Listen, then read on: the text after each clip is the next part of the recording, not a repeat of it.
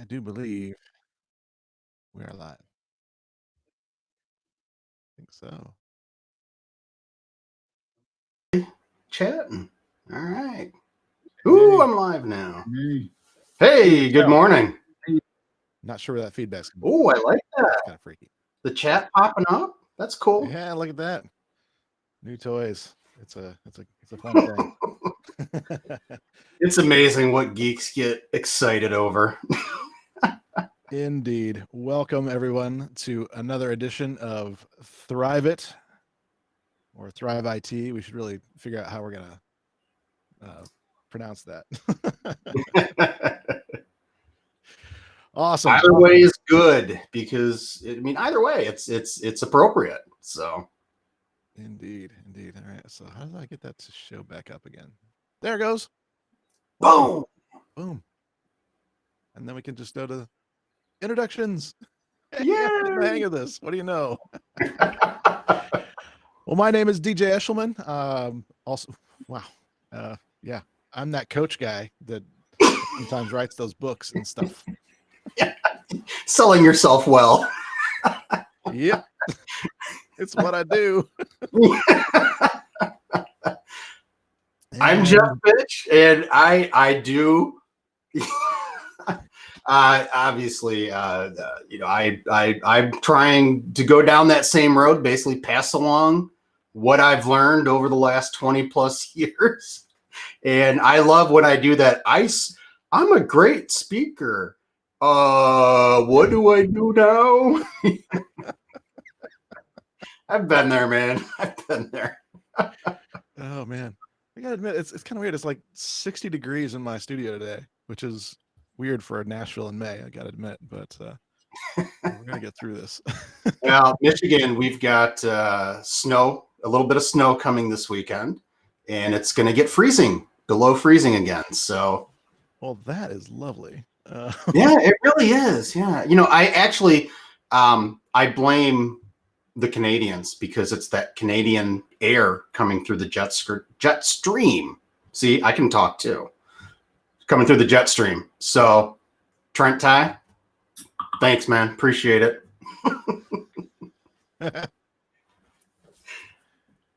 Yes, indeed. I'm just gonna start sharing this on Twitter, as you should too. All that are involved, share this stream. Yeah, I sent out about a minute ago that we were starting up.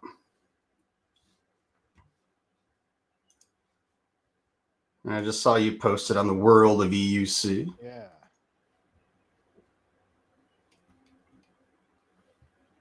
Anyway, I'm just going to do a quick little things there. Okay, so yeah, introductions out of the way. I'm going to transition to the meat of the show.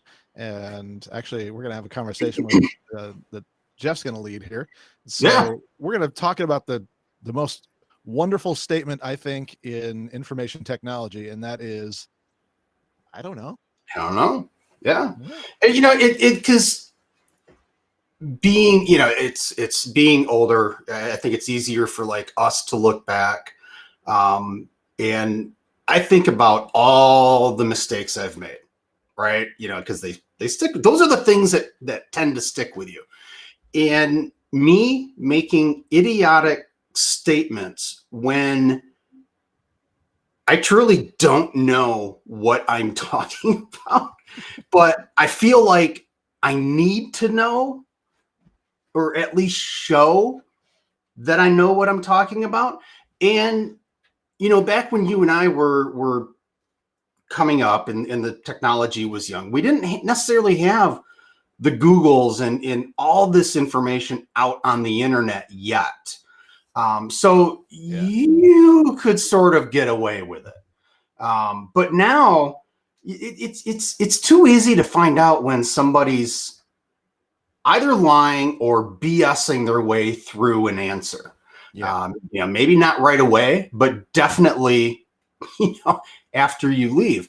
And the big thing is, especially that I've learned, whether you're a sales engineer, whether you're selling a project to your peers inside a company or to your manager, if they ask you a question and you don't know the answer, or you're unsure if your answer is correct, the best thing that you can say is I don't know, but. And after the but is, I will find the answer and get back to you. The key is that you do need to follow up. That's critical, because if you don't follow up, then none of it even matters. And I think especially in these days, with information being as accessible as it is, you are going to you're going to build the trust between you and whoever it is you're selling something to. And it, like I said, it doesn't have to be sales engineering. It could be, within corporate IT, you're selling to managers, you're selling to end users, you're selling to your peers. In the end, it's selling, and you need to be honest about that stuff. Otherwise, when you come back as a follow-up and they say, hey, you told me this, but I just went off to a Google and found out that it's not that, it's this thing over here. You've lost a lot of trust by doing that. So it's really key to be able to admit, and it's hard, believe me, I understand that. And I'm sure you do too, DJ. Oh, yeah, we absolutely. don't like to look like we don't know what we're talking about, or that we don't have an answer. I think that's the better way of phrasing it. Yeah. Especially when we're supposed to be the experts. Exactly. And yeah. And I've actually been wondering sometimes where this comes from, because I think sometimes we get into this obsession with this as far as, we need to know what we're talking about. I think it's sometimes a bit of guilt. Like, I'm being paid to know this. Why don't I know this kind of thing? And there's little lies we tell ourselves. But honestly, I think there's an element of this too, where there's a little bit of groupthink that comes in here as well. I mean, we see other people that know what they're talking about, or that appear that they know what they're talking about a lot of times. And what'll end up happening is we think we need to be at their level or something like that. And so we bluff our way through it. And sometimes there's an ego thing that starts to happen there. You start to believe your own lie, that you somehow know this stuff. And so a lot of times we will actually do that. We'll say, okay, oh, no, yeah, this is how you do that. Yeah, and we'd start getting into those definitive answers. I see that a lot with just EUC in general, for specific. I think there's other areas too, like DBAs will get into this every now and then. Back in the day, you had exchange administrators that would get into this, where there's just one way to do it, and it's my way or the highway kind of thing. And I think that it's kind of all around IT. I mean, working, networking, developers, we all get into that mindset that, oh my God, I've been doing this and I know what I'm doing and whatnot. Yeah. It's a tough one. I mean, I guess the toughest thing about it is the damage we do to ourselves when we don't do that, when we don't say, the truth about things, and we just kind of fluff our way through things. One, the customer is usually not getting the best solution, which is never good. And the other part of that is that here, let me let you look into my eyes so you can see what I'm saying here. The customer doesn't care if you know or not, majority of the times. What they want out of you is for you to be the one that actually says, I'll go find out. I'll get you an answer. They want somebody to be responsible to get their solution in place. That's what they want. All right. Okay. Yeah. It's that trust building. It really is. It really is. And that's what they're looking for is, I mean, we, from a sales perspective, we always talk about, I want to be, I want to be your best friend, your tech expert. I want to be your go-to guy. And you can't be if you're going to just sit there and not be fully upfront about stuff. So yeah, it's very true. And that's everything we're looking for, or that they're looking for is they don't, like I said, they know you don't know everything. You would hope. Yeah. Yeah. And like I said, nowadays with the Googles and the search engines and all the information, it's not even worth trying to BS your way through anything. And I know it can be an ego thing. We've all got caught up with that guy across the table that feels he knows everything. Mm-hmm. And so he starts pushing you, and then you start pushing back. And, those are conversations you don't want to go down the rabbit hole in. Because 9 times out of 10, no matter how right or wrong you are, or how right or wrong they are, yeah, you're going to lose. You're going to lose. So it's not even worth going down that road. it's very true. I mean, and I was Neil deGrasse Tyson. I was watching something with him the other day, and he was talking about how he prepares for his speeches and things like that. And people are like, wow, you know a lot about this stuff and everything. And what he was saying is that when it comes to getting ready to present, and I think this can go along not just doing conferences or just being a speaker. It could be for anything. Is he takes 10 times the amount of time. So if his thing's going to be an hour, he might spend 10 hours researching all around that subject and getting to know various pieces. And that's why when we see a lot of these people, getting up and doing their thing and sound like, wow, you really do know it all. No, they don't. Yeah. They've just prepared correctly. They've spent a lot of time, a whole lot of time mm-hmm. being prepared so that they can come off that way, and I guess come off is kind of the wrong word, but it's not he just gets up one morning, hops in his car, goes to a conference and speaks. It's not off the top of his head. There's a lot of time and effort and preparation that goes into this, and that can be used. I'm not saying you got to do 10 times the amount of, research, but if you're selling your product and, take the time, get to know the industry of the company you're working for, so you can at least speak, intelligently about their industry, whether it's healthcare or manufacturing or whatever, that way you develop that relationship between you and whoever you're talking to. Yeah. And the funny thing is how that works, not just in like one-on-one, like relationships, whether it's sales, whether it's people in your IT team or whatever, your peers, your management, really that relationship really matters. And for them to know that like you said earlier, it's like they know you're not like some Superman, Superwoman kind of person that Lex Luthor. You were not Lex Luthor. We don't have the brain, right. Yeah, it's just not like that. And even then, there's always a way to be defeated with that. So it's very important to be realistic of yourself. There's sometimes we just get into this like I'm not even sure what to call it exactly, but it's this mindset, I guess, is the right way to say it, that we are expecting things of ourselves that aren't realistic, and if we project something that's outside of that, then people know, people, they figure it, or they figure it out the wrong way, like we were saying before. That's another extremely dangerous thing. So I guess the question is, maybe we should walk through a little bit when people feel like they need to give an answer that they are just kind of thinking of off the cuff. There's some strategies you can use to deal with that too. So I'm kind of curious what kind of things that you've done or that you've seen other people do that work really well to kind of diffuse the fact that you don't know that, some phrases you can say to kind of transition to that.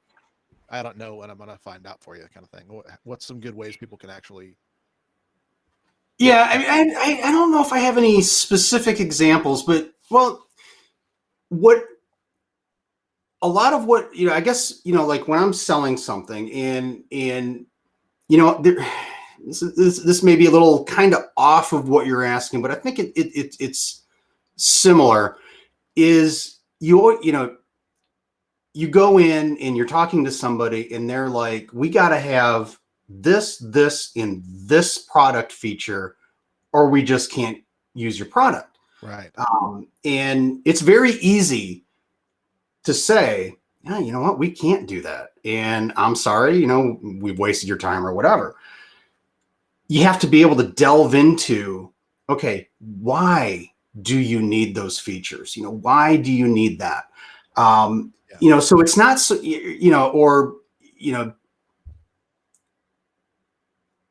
or making, that's kind of a bad example probably, but say like, they say, can your product do this? And maybe you're new, maybe they're asking a question that you've just never been hit with before. Yeah. The immediate thing you could do is I don't know, but what you want to do is you want to find out, you want to do, find out why the question, right? What are you doing that is making this important to you? Yeah. Those kind of clarifying questions that kind of, they do two things with that. One, they give them the sense that you care, and two, it gives you time to think. It does. And, and again, the assumption right now being that you just don't have that answer. But for you to be able to find out the answer, you need to know those details. So you need to be able to ask the questions, the how, the why, the where, because maybe they're doing something today that you have an answer to. Maybe it's another feature of the product or whatever that you go, you know what, we can't do that specifically, but we can accomplish the same type of thing by doing it this way. Right. So maybe it's just their way of thinking. Well, because we all get stuck in that, right? Well, we've always done it this way. Well, why are you doing it that way? Have you heard about this over here that is easier, simpler, and accomplishes the same thing? It's not about, like you were saying, it's not about immediately going, I don't know. Yeah. So, but to find the right answer, you do need to dig into the details. Exactly, and that's kind of where this thing came up from in my memory here of a conversation that was going on that fortunately I was a part of, but it was a executive that was asking for a specific feature. I gotta get better about being a producer while I'm in this and switching back and forth. I'm gonna get better about that. But it was a producer that was, or sorry, a executive that was asking for a specific feature that he didn't realize what he was asking for. He thought he was asking for something that was specific. It was because we talked about this last time a little bit too, or previously, whenever that was, about kind of branding and how IT departments should be good about internal brands and things like that. Well, this one had been bad at it, and they had I'm trying to remember exactly what it was. Maybe I shouldn't say anything so I don't incriminate anyone. Basically, this is where you say, I don't know, DJ. Yeah, I don't know. But their local IT department had a way of describing something that was basically sort of like saying a desktop, but it wasn't a desktop. It was like applications or whatever. And so what they were describing, what he was saying that they needed, and was very what's the right word, adamant about having, the salesperson was saying, well, sorry, we don't have that. And that's when I piped in and said, hang on a second, tell me more about exactly what you need and what does it do that you're talking about. And come to find out, I was like, oh, well, that's not this thing, it's this thing. I'm trying to be non-specific just to protect the innocent here, but yeah. Well, I mean, to be specific, I mean, I'm going to pick on Microsoft. Okay. Probably shouldn't do that, but WVD. WVD, when this up to lately You have two choices when you're creating host pools. You can have a persistent host pool or a non-persistent host pool. Okay, so that affects the servers or the desktops that you're creating.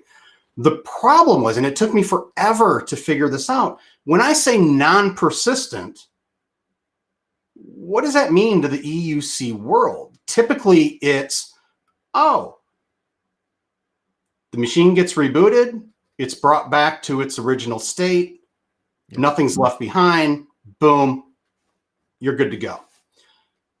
In Microsoft's nomenclature for WVD, non-persistent simply meant you were not necessarily redirected back to the same host server. I remember that. So it's basically random, load balancing, just like you would expect. But they called it non-persistent. So when I was doing a lot of testing and in working with this, I could not understand why whenever I would reboot or shut down my servers, stuff was still there. It was blowing my mind until I was able to ask Microsoft directly and say, what is going on? Why isn't this stuff resetting? And then they explained to me. So, it's little things like that is important. It's those little details like that, if you're going to use different verbiage or have a different meaning for a common term, you got to call that stuff out, but you also need to be able to say, look, something's not right here. It's not working. Kind of dig into the details. Like you were saying with the manager was adamant that it was this, and this. And up until I found out, I would have told you, yeah, it says non-persistent. I would have been adamant that I've done something wrong in this case. And in truth, I wasn't. It was just a mix up in terms. So yeah, not quite the same, but I think it's very similar in that, a lot of times what you expect or what the person across the table expects, even though you're using the same words, may have two completely different meanings between the two of you. So exactly. Yeah. Background things drive me crazy. Good times. Good times. Good times. Yeah, I think the best way to describe this right now is to say something to the effect of, okay, look, if you make assumptions, we all know this saying, right? Yeah. Same kind of thing with it's the same thing with projecting this. It's if you are having the customer, the team member, the manager, whoever it is, giving this kind of perception all the time that you know what you're talking about, that's not necessarily a bad thing. It's good to have confidence, like you're saying about Neil deGrasse Tyson and all that. It's good to have confidence, but what's bad is for them to always assume that you know what you're talking about in every situation, because you always say that that what that causes is a lot of times two things. One, a false expectation that's just not necessarily true, and you might spend more time kind of backpedaling and the frantic Google searching that we all have done. And let's be honest here. And the other piece of this is that you might find yourself in a situation where you are the only one that's working on things. This is actually, I'm assuming you read the Phoenix Project by Gene Kim. I have not read it. It's a good one to read. And I know. largely, says that. Yeah, I mean, the thing about it is, like, there's some things in that book that really kind of hit home as far as what I've seen out there in the world and been part of. If you are the one that's always saying, hey, I know what I'm talking about, I'm doing this, it becomes that you're always the one that's being depended on for these kind of things. In other words, you're the one that's not getting any sleep.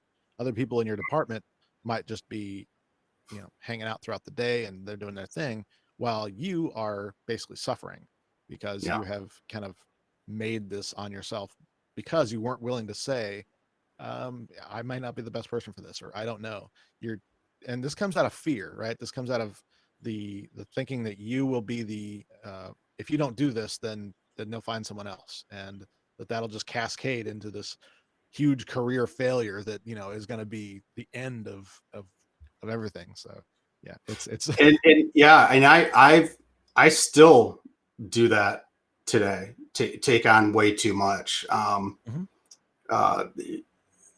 Yeah, just, I mean, pretty recently too, you know, it sometimes it gets hard to say no, because you're, you know, whether you're unsure of what your status is, or you're trying to impress people, or, Yeah. you know, whatever the case may be. Yeah. And sometimes you don't even realize you're doing it until it's too late. And then it's like, oh Lordy, what do I do now? Right, So exactly. it can get quite ugly.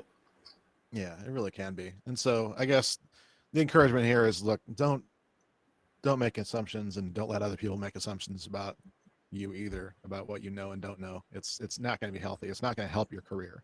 But what Right. does help you, and that's the other, maybe we should bookend with this, is the effects that you've seen when you've embraced this concept of saying, you know, I don't know, but I'll find out for you, or I will find the solution for you. What has that done in your career?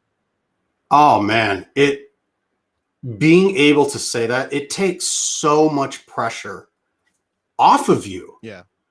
you know, and you don't, it's, you know, it's one of those things, you don't realize how much pressure you're putting on yourself by, you know, by being the expert, right? Yeah. Because I mean, you know, you and I, we've been doing EUC for a very long time. I would consider us to be an expert in one way or another. Mhm.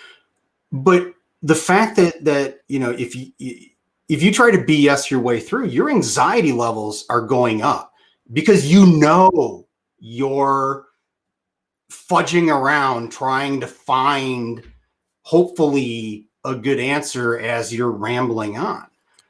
You know, being able to come back and say, you know what, okay, I understand what you're trying to do. I don't know that we can do that. I'm not sure, but I'm going to go back and talk to my people, and I'll get an answer for you, and let you know in a couple of days. It's like anxiety just drops through the floor, and you do become, like you mentioned, more confident.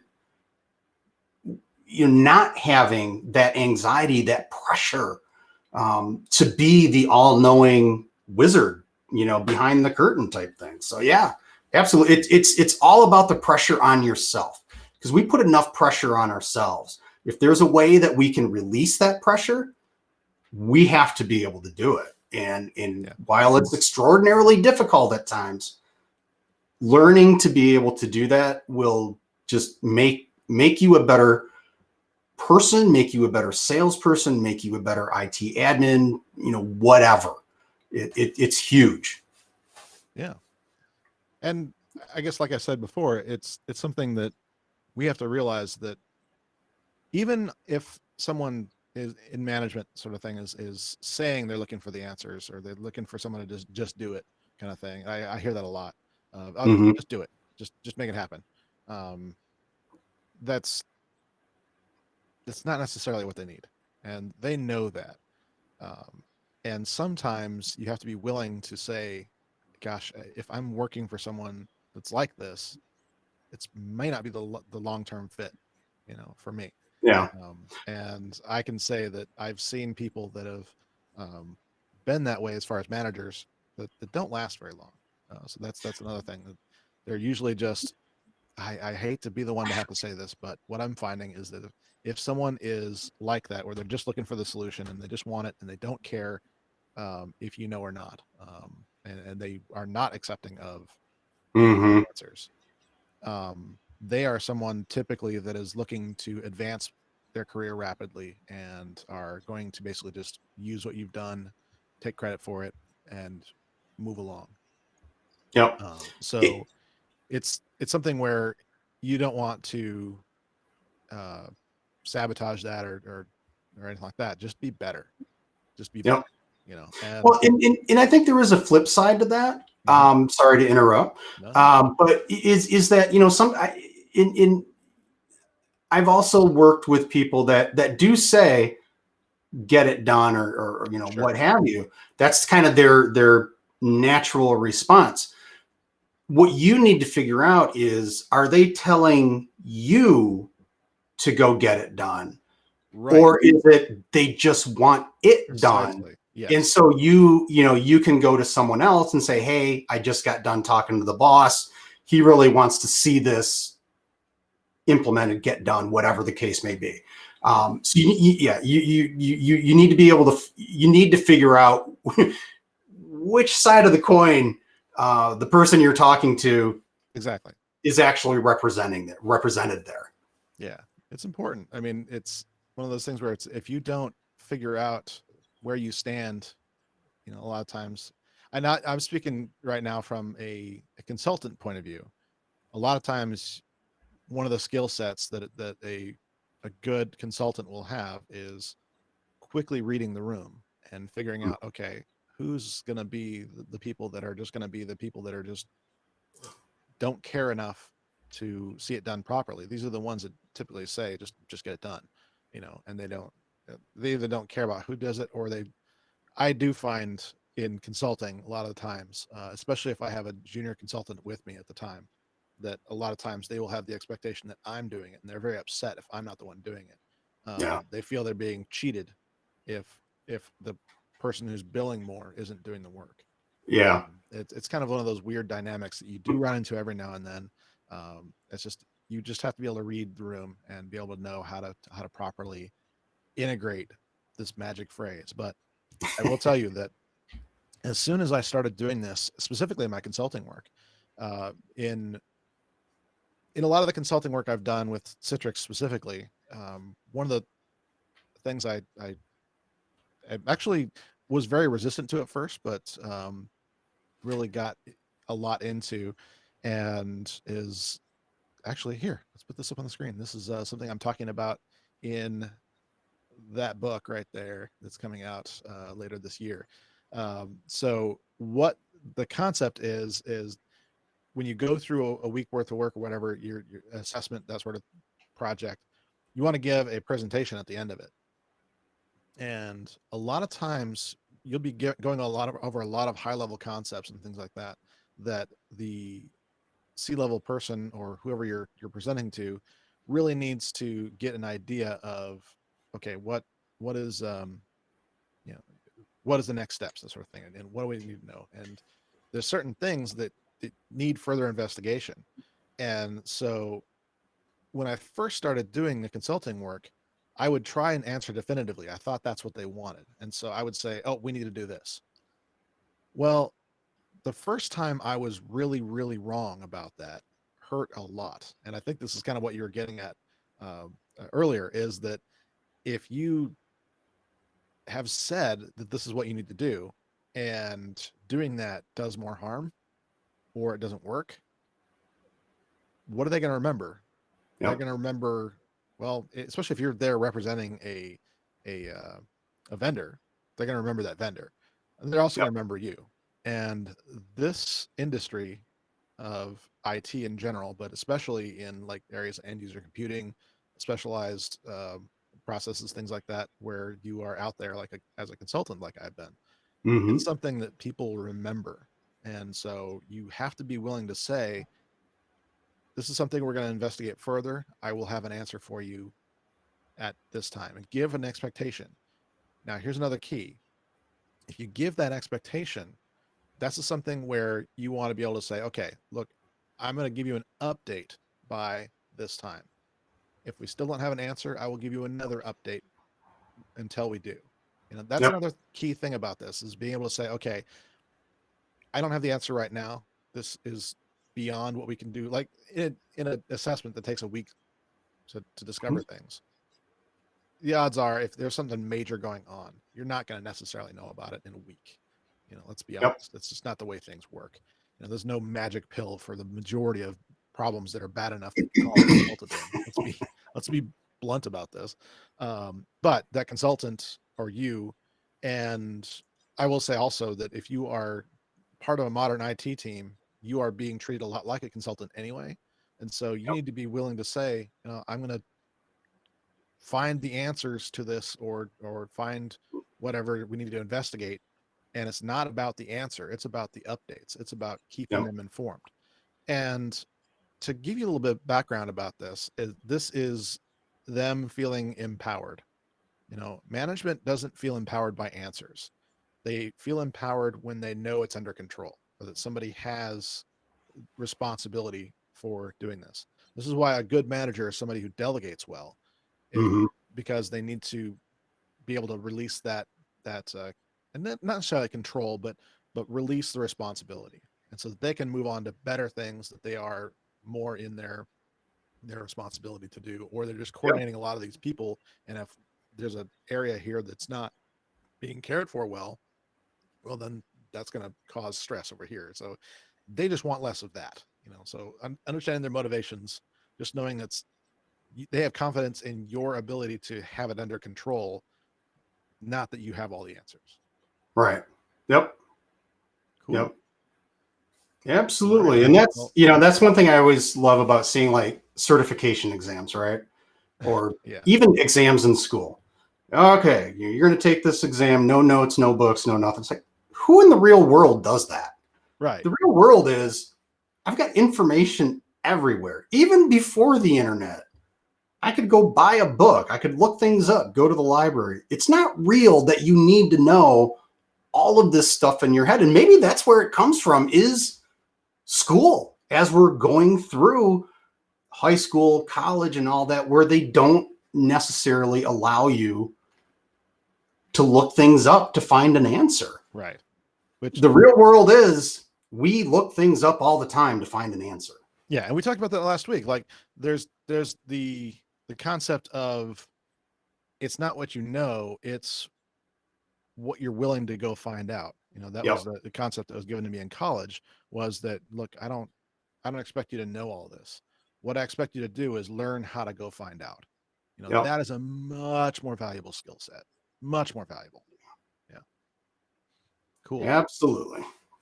Well, we're going to transition on to just another topic, just because, we like to keep things rolling along here. I say that like we've done this. This is our second show. Come on. But we're trying out to be more organized, so we don't end up with a 2-hour show like we did last time. So I'm going to talk to you a little bit about being a hero at home.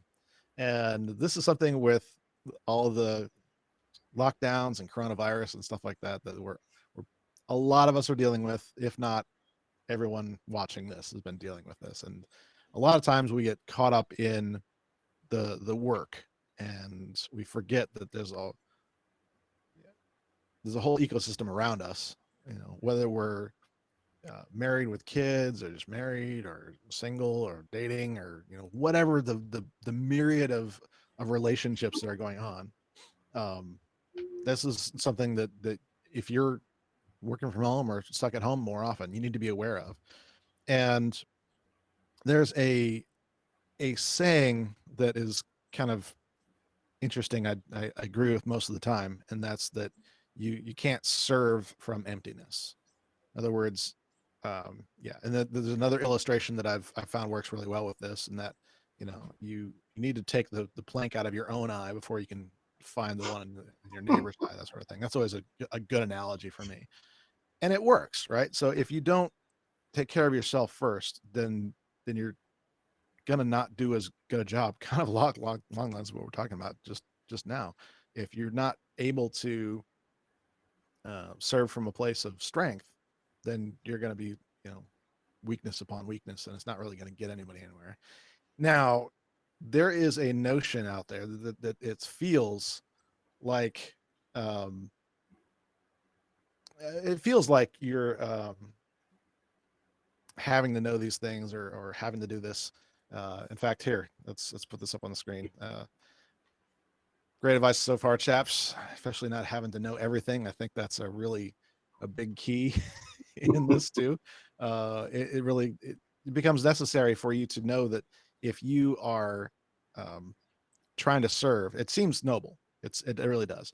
But if you are trying to do that, and then you end up in a place where the need is greater than what you can provide, then you both end up in crisis, and you both fall.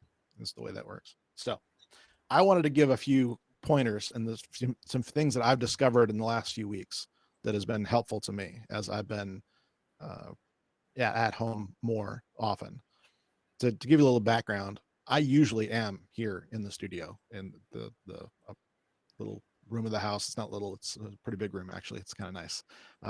Chosen specifically because I knew I'd be working from home a lot, and so this is nothing new as far as working from home.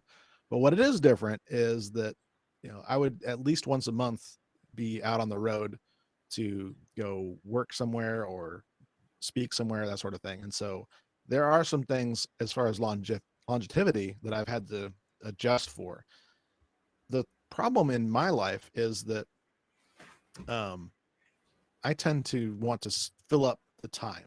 Like if I have, I get up at 7 in the morning, let's say, and I'm going to bed at 11, I want to fill up that time with as much productive or whatever space that I can. Mm-hmm. I give myself little breaks during the day, of course, but I tend to just work that way where I want to fill up the time. And so the problem is that a lot of times we don't do that in an appropriate way. We just kind of start grabbing stuff to do. And a lot of times it is the things that are just the noisiest. So whether it's a work task or something that I just really am wanting to do, and it's just front of mind, I do that. So in the last few weeks, what I've found is that I was having an issue with, how to say this, being productive appropriately. I was wearing myself out completely, but I wasn't really producing anything. And so what I did is I started looking at, okay, what am I spending my time on here? Am I, I'd spend some time tinkering with the computer, trying to get it to work right, or I, do all this other stuff, or, launch a new YouTube channel or whatever. But the reality was I didn't have any kind of priorities. And so there was actually some documents that I needed to do. And I kept putting it off, forgetting about it, to the point where I actually literally forgot about an obligation. Like it was bad. It's very much not who I usually am. And yeah, I just got obsessed with that. And so what I found was I actually reverted back to something that I had been doing last year, actually. And that is every morning I would get up and really try to be consistent about the time I'm getting up. I'm not saying that's a requirement, but that it does tend to help.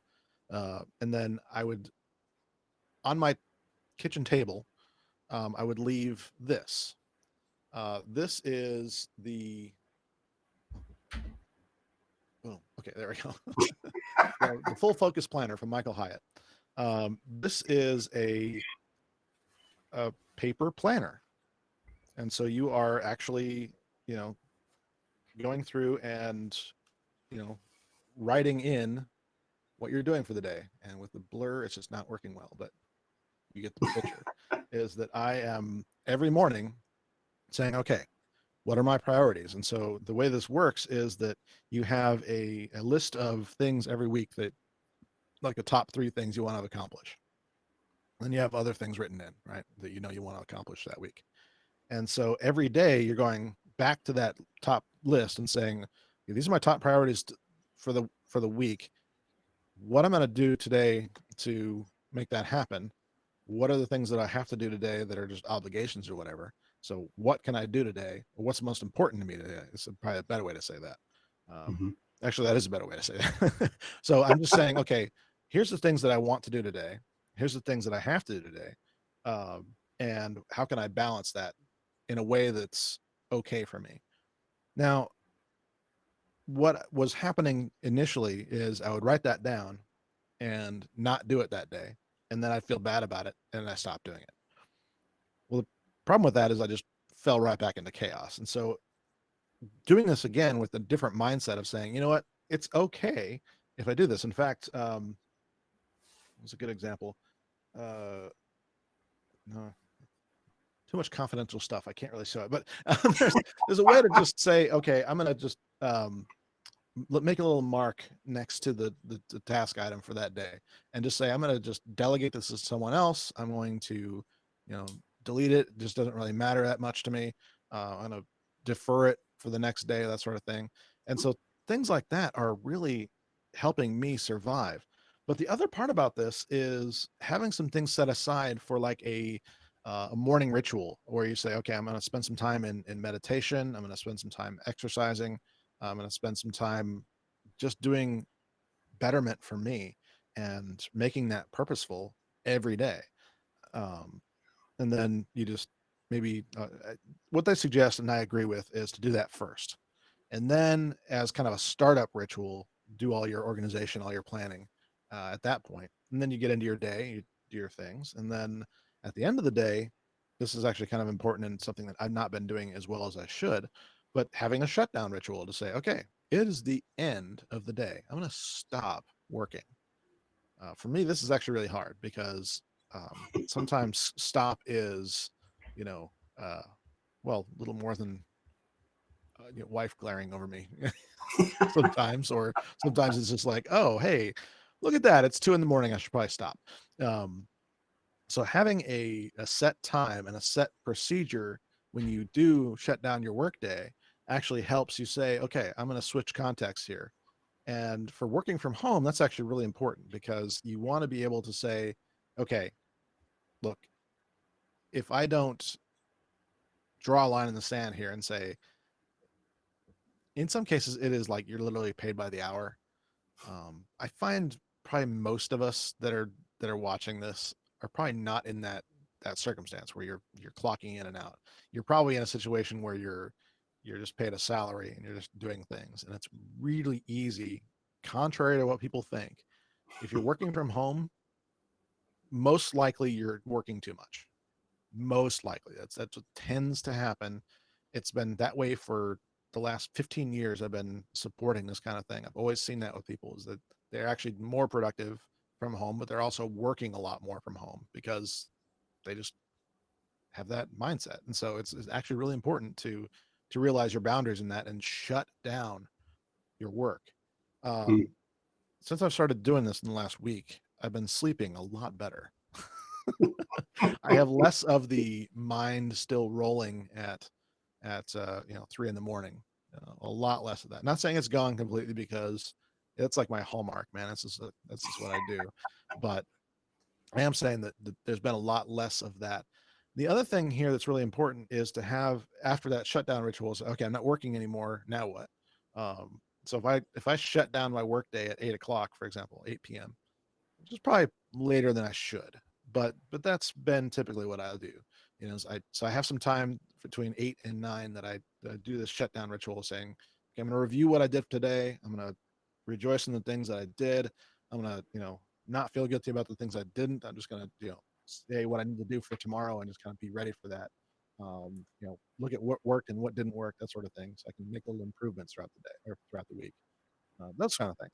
Um, do that shutdown ritual, and then spending some time with people you care about is the final really big thing with this is making sure that you are spending that time. So from 9 to 10 every day, my wife and I just have a time together, and we've started doing this recently, and I got to tell you, it's something where, again, we get this like romantic kind of thing going on in our head.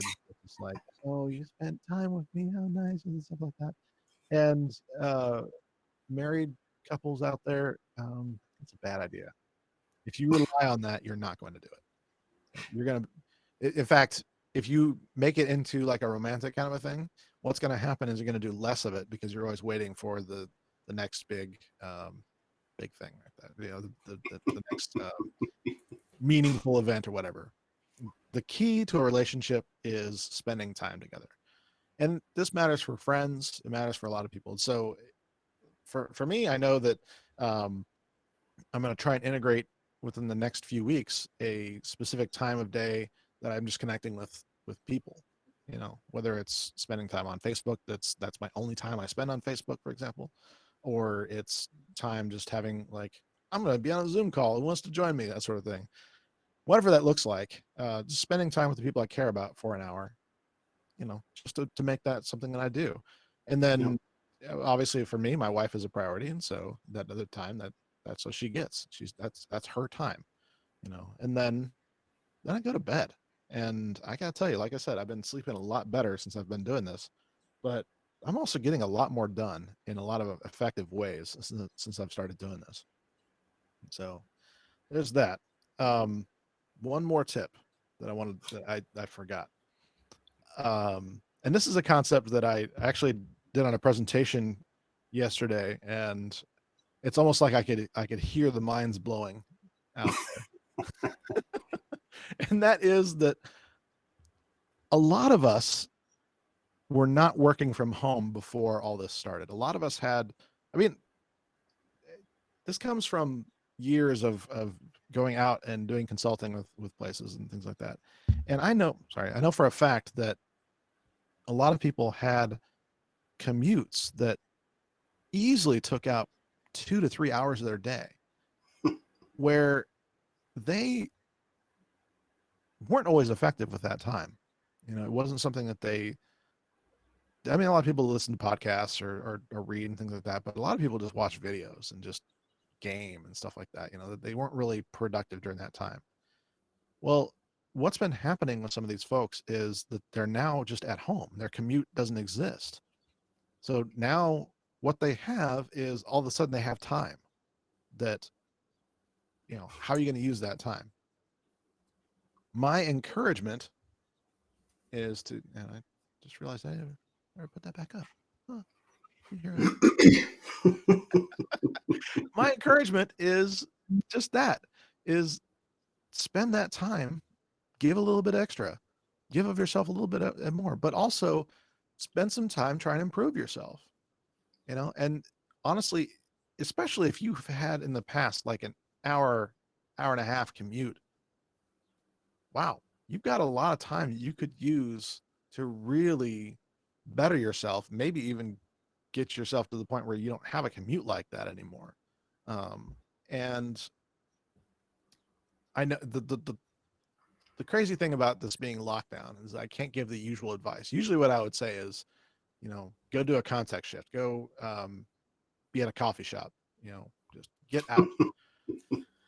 Can't necessarily do that in all places right now. I'm living in a fortunate area where we're opening back up again and seeing how things go, but not everybody's like that right now as we're recording this, and so I can't necessarily recommend that context right now. But eventually, yeah, it'll be pretty wise. But it might just be something where, you know, this is kind of awkward sometimes, but if it's just a closet or you know, somewhere you're not usually in part of the house, that might be a good place to take a laptop, take a book, you know, whatever, and not do any work. Just do things that are developmental for yourself. Just learn a new skill set. Learn how to, you know, meditate more or something like that, where you're actually taking some time to improve yourself. Again, you can't serve when you're empty.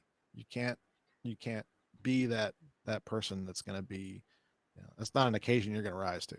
I'm sorry, but you're just not. So spend some time with that. Honestly, this is something where I'm trying to prioritize things that are going to be helpful for people to be able to do to improve themselves. It's largely why we're doing this show, right? Is we want to be able to say, you know what, the technical stuff, there's other people out there that are handling the technical stuff, but truly thriving, truly being someone who's actually improving their life, and that takes something more, and it takes some intentionality. And so I am really thrilled that we're living in a world that makes it easy for me to shift to doing things like this, and it makes me want to do more of it. And so in the coming weeks, we're going to do a lot of more things like this that are going to be really focused on how you can start improving, basically. Yeah, absolutely. Like so I love a lot of that advice that you're giving. And, you know, a lot of it is, even for those of us that have worked for home for a long time, I think there's two pieces that really hit. One is the mentality of, oh my God, I can't leave the house. Yeah. I work from home for a decade now. Me leaving the house doesn't happen that often anyway, right. But suddenly I got to leave the house. Now it's dramatic. Yeah. Yeah. And the other side of it though too is routine, in that I would travel a lot. Now I don't have now I don't have that, which is kind of a breakup, and goes back to I think your point of getting tasks done. To me, the travel was always sort of a artificial deadline to get things done that I know I need to get done. Maybe it's not timeline dependent, but it sort of acted as an artificial deadline. And yeah, that's gone. A lot of those things are gone. So even those of us that have worked from home for forever, even our lives are disrupted by this whole thing. It's quite interesting. But in the last point I want to say is, taking your laptop, taking whatever you're doing, and going and sitting in another room. I do that quite a bit because I'm in my office, door shut. I don't have any social interaction, like physical interaction with anybody. It's like sometimes just go out and just sit, and whether it's work, whether it's watching some video for training, whether it's reading a book or something, just being around other people it helps break everything up, the monotony, what have you. Yeah, so it does. yeah. And also another thing with that too is a concept called activation triggers. This is where you basically set yourself up for success later. And so to give you an example, so what I'll do is, I mentioned this book earlier, the planner.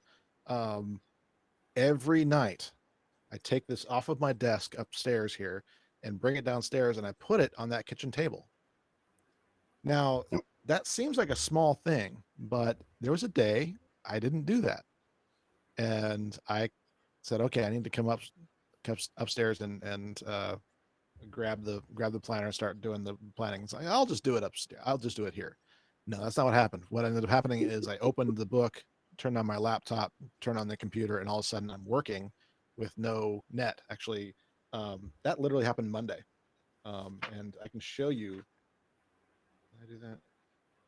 Yeah, I can show you just how empty that's all it is, because I really didn't do anything of significance. I just did, right? I just went off the cuff with a lot of it. And so Monday was, I didn't get a lot done that was really anything of significance. And it was all because I didn't give myself that activation trigger Sunday night of saying, okay, I'm setting us out. I'm going to make it a point, grab my coffee, do my meditation, do my reading, and then do this. I'm actually still trying to integrate exercise into my morning routine, but can you tell?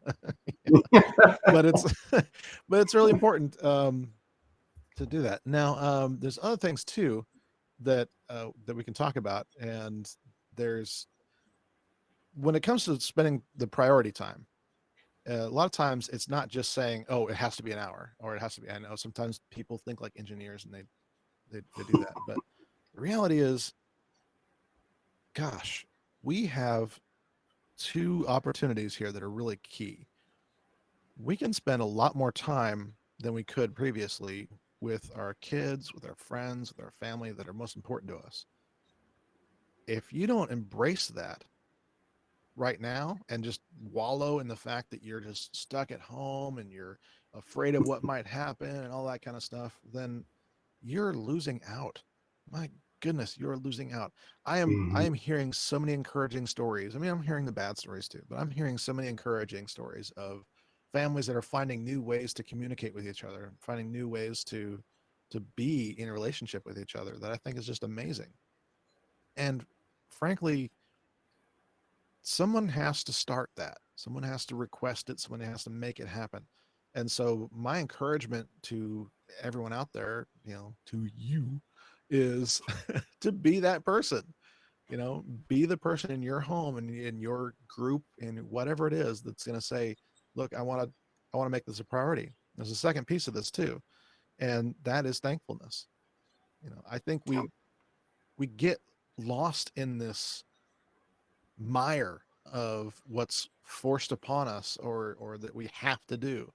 You know, we forget that we can be thankful in the midst of that. We can say, you know what, there's some really great stuff going on here if I just embrace it.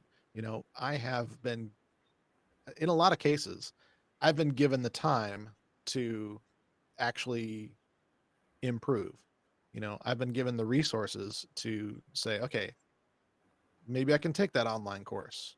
Maybe I can, you know, spend some more time with people I care about.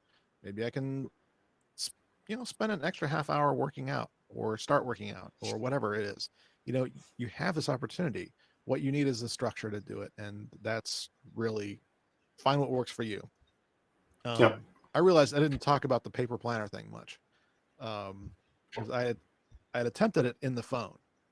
You know, I was like, oh, I'll just you know set reminders for myself or whatever. You know, phone does schedule well.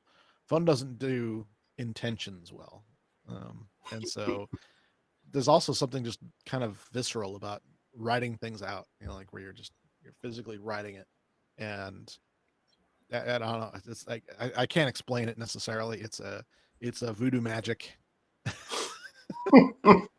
It's but a it mentality thing. Absolutely. yeah, it does work. And so that's my encouragement. So I just wanted to say one thing finally before we kind of start wrapping up here. I'm doing a webinar next week. I just put up the registration, so I hope it's working. But this is going to be a kind of a rolling thing that every month I'm going to be trying to do some webinar series. Um, is it a risk? Of course it is. You know, it's a lot of time with not a lot of result. But one of my goals, one of the things that I put in here is that I want to be giving at least 5 hours of live content every week.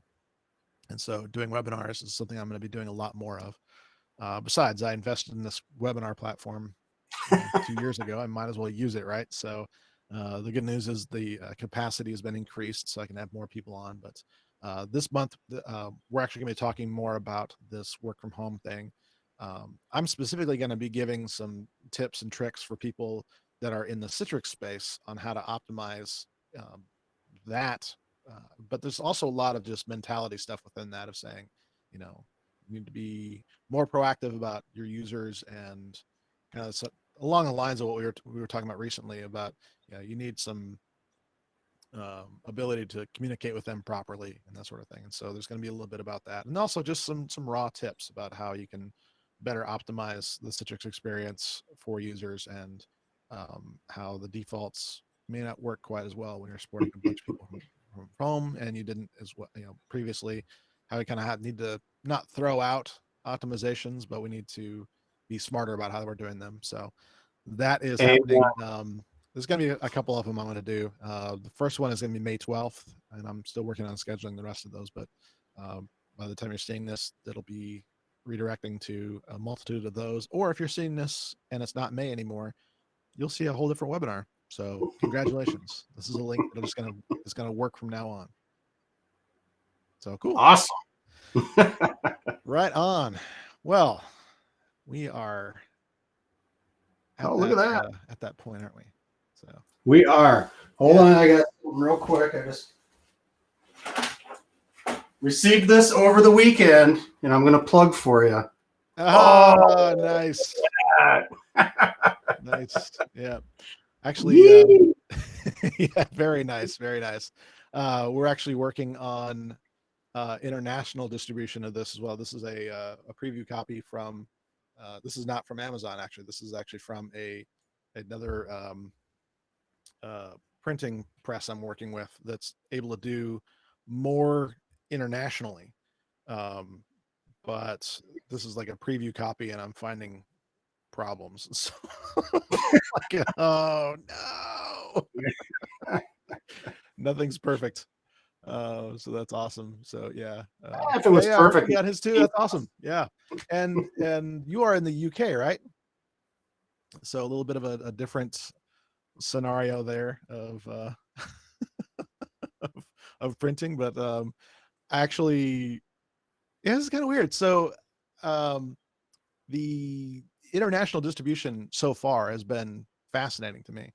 I mean, Jeff and I are both in the U.S., And so you'd think that would just be the overwhelming majority of the people that are buying this book, but the reality is that it's about, I haven't pulled up the stats lately, but about 30 to 35% US, another 25% UK, and another I think 25% or so in Germany, and then the rest is various rest of the world. So it's kind of interesting to see that distribution. Now that might just be because that's where Amazon is currently distributing the print on demand thing, but yeah, so looks good in the UK, and that's what we care about, right?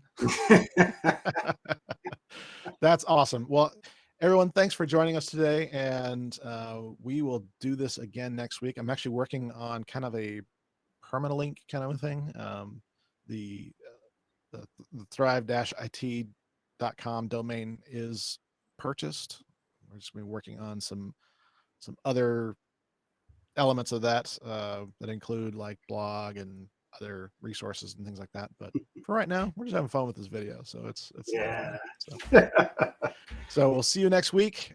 Same bat time, same bat channel, until we figure out if there's a better time to do it. But right now, this is where we're at. So All right.